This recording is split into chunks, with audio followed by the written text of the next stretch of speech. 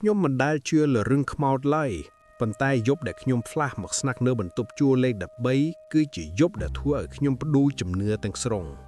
បន្ទប់នោះស្ថិតនៅជាន់ទី3នៃអគារចាស់មួយនៅជាយទីក្រុងដែលមើលទៅស្ងាត់ពេកសូម្បីតែសំឡេងរថយន្តក៏ស្ទើរមិនឮ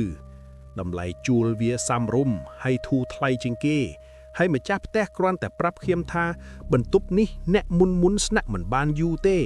ប៉ុន្តែគាត់មិនបញ្ជាក់ឲ្យបានច្បាស់ថាមានអ្វីកើតឡើងឡើយខ្ញុំគិតថាវាមិនអីទេដោយសារវាសមទៅនឹងតម្លៃនៃបន្ទប់ជួលនេះហើយយប់ដំបូងខ្ញុំរៀបចំអីវ៉ាន់ហើយដេកដោយអស់កម្លាំង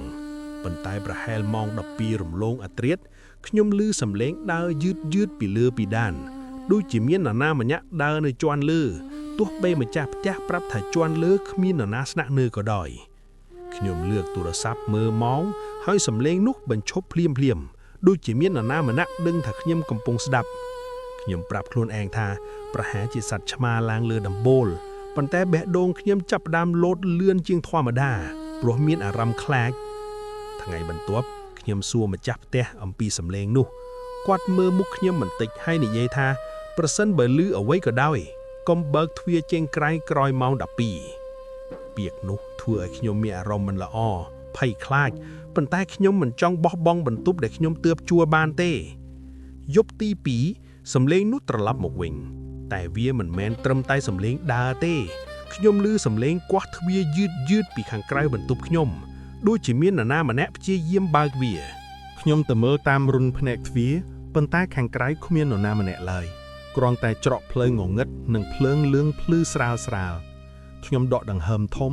ហើយត្រឡប់ទៅដេកលើគ្រែប៉ុន្តែកញ្ចក់នៅមុខគ្រែធ្វើឲ្យខ្ញុំភាំងស្មារតីព្រោះក្នុងកញ្ចក់ខ្ញុំឃើញស្រមោលនារីសក់វែងឈរខាងក្រោយខ្ញុំទោះបីខ្ញុំដឹងថាបន្ទប់នេះមានតែខ្ញុំម្នាក់ប៉ុណ្ណោះខ្ញុំបង្វើខ្លួនវិញភ្លាមប៉ុន្តែមិនមាននរណាម្នាក់នៅទីនោះឡើយយប់ទី3ខ្ញុំចាប់ផ្ដើមមានអារម្មណ៍ថាខ្ញុំមិនគួរនៅម្នាក់ឯងទេទ្វារបន្ទប់បិទជាប់ប៉ុន្តែខ្យល់ត្រជាក់ចូលមកដូចជាមានបង្អួចបើកលេខ13នៅលើទ្វារហាក់ដូចជាមានស្នាមខ្មៅលេចឡើងដូចស្នាមឈាមស្ងួតខ្ញុំចាប់ផ្ដើមស្វែងរកព័ត៌មានហើយអ្នកជិតខាងម្នាក់បានប្រាប់ខ្ញុំថាមុននេះមាននារីម្នាក់រស់នៅបន្ទប់នេះហើយនាងត្រូវបានគេរកឃើញស្លាប់ដោយមូលហេតុដែលគ្មាននរណាអាចពន្យល់បានគេនិយាយថាមុនពេលនាងស្លាប់នាងតែងតែអះអាងថាមាននរណាម្នាក់ដើរនៅលើពីដានរៀងរាល់យប់ពេលខ្ញុំត្រឡប់មកបន្ទប់វិញខ្ញុំសម្រេចថានឹងចាក់ចេញនៅថ្ងៃបន្ទាប់ប៉ុន្តែយប់នេះគឺជាយប់ចុងក្រោយដែលខ្ញុំអាចស្នាក់នៅគិតបែបនោះបានម៉ោង12ដូចមុនសំឡេងដើរចាប់ផ្ដើមខ្លាំងជាងមុនហើយវាមិនមែននៅលើពេដានទៀតទេវាដើរនៅក្នុងបន្ទប់ខ្ញុំអង្គុយស្ងៀមមិនហ៊ានបើកភ្នែកព្រោះខ្ញុំស្ដាប់សំឡេងដង្ហើមត្រជាក់នៅជិតត្រចៀកទូរស័ព្ទខ្ញុំគ្មានសេវាទោះបីខ្ញុំព្យាយាមទេរកអ្នកណាក៏ដោយភ្លើងភ្លឺចាប់ផ្ដើមភ្លឺបិទហើយកញ្ចក់បង្ហាញរូបនារីនោះច្បាស់ជាងមុននាងមើលខ្ញុំដោយភ្នែកទទេហើយបបោមាត់នាងផ្លាក់ទីដូចជាកំពុងនិយាយអ្វីមួយខ្ញុំឮសំឡេងខ្សឹបថាកុំចាកចេញទ្វារបើកដោយខ្លួនឯងហើយខ្យល់ត្រជាក់បក់ចូលមកខ្លាំងខ្ញុំរត់ចេញទៅក្រៅប៉ុន្តែអាគារមើលទៅដូចជាវែងជាងមុនងងឹតសូនឈឹងហើយបន្ទប់ទាំងអស់សុទ្ធតែមានលេខ13ខ្ញុំរត់ចូលក្នុងបន្ទប់វិញហើយអ្វីคล้ายជាខ្មៅងងឹតព្រឹកបន្ទាប់ម្ចាស់ផ្ទះពិនិត្យកាមេរ៉ាសុវត្ថិភាព